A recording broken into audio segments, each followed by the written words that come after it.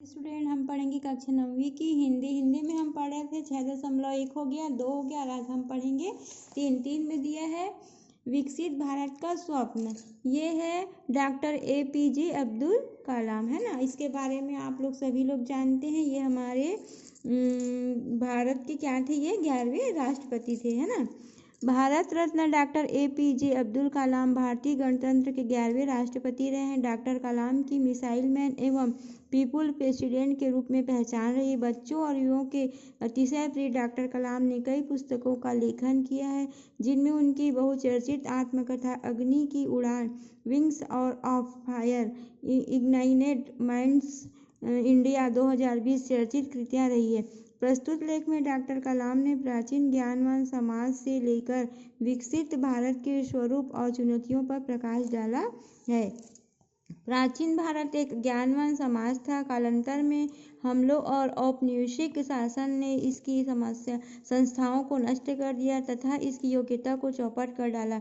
इसकी जनता का अस्तित्व निचले स्तर तक सिमट कर रह गया। जब अंग्रेजों ने भारत छोड़ा तब तक हमारे युवाओं ने अपने लक्ष्य दूषित कर लिए थे और साधारण जीवन से ही संतुष्ट हो जाया करते थे। भारत मूलतः ज्ञान की भूमि है और उसे अपने इस पहलू की नए सिरे से खोज करनी चाहिए।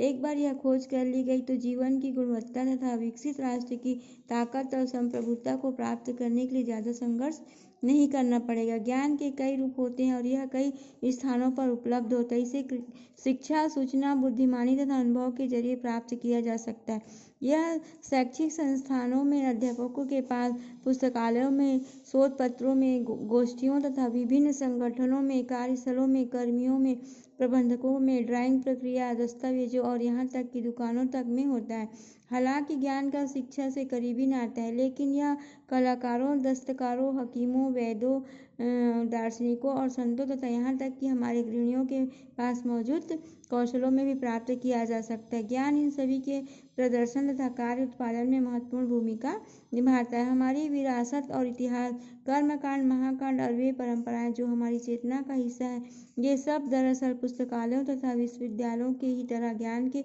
विशाल स्रोत हैं। यह हमारे गाँवों में गैर पुरातनपंथी और बुनियादी समझदारों की भरमार है। हमारे वातावरण में, महासागरों में, जल संरक्षण और रेगिस्तानों में तथा पेड़ पौधों और पशु जीवन तक में ज्ञान भंडार छिपे। हमारे देश के हर राज्य में ज्ञानवान समाज के लिए उसकी अपनी अनूठी और अद्भुत क्षमता मौजूद है। ज्ञान हमेशा समृद्धि और ताकत का स्रोत रहा है।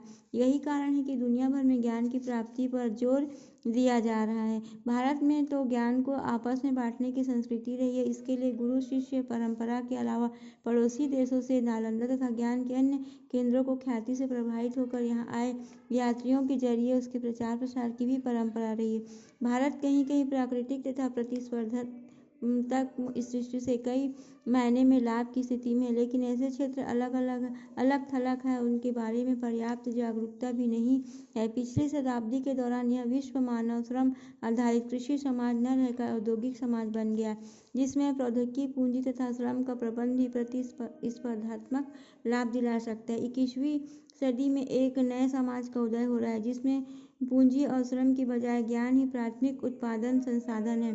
पहले से मौजूद ज्ञान की इस आधार पर कुशल इस्तेमाल हमारे बेहतर स्वस्थ, शिक्षा और प्रगति के अन्य संकेतों के रूप में पूंजी पैदा कर सकता है। विभिन्न क्षेत्रों में हुई उन्नति का लाभ उठाते हुए कौशल और उत्पादकता को बढ़ाकर ज्ञान रूपी ढांचागत तंत्र का निर्माण तथा उसका रख रखाव है इसी समाज की समृद्धि बढ़ाने में प्रमुख भूमिका निभा सकते हैं।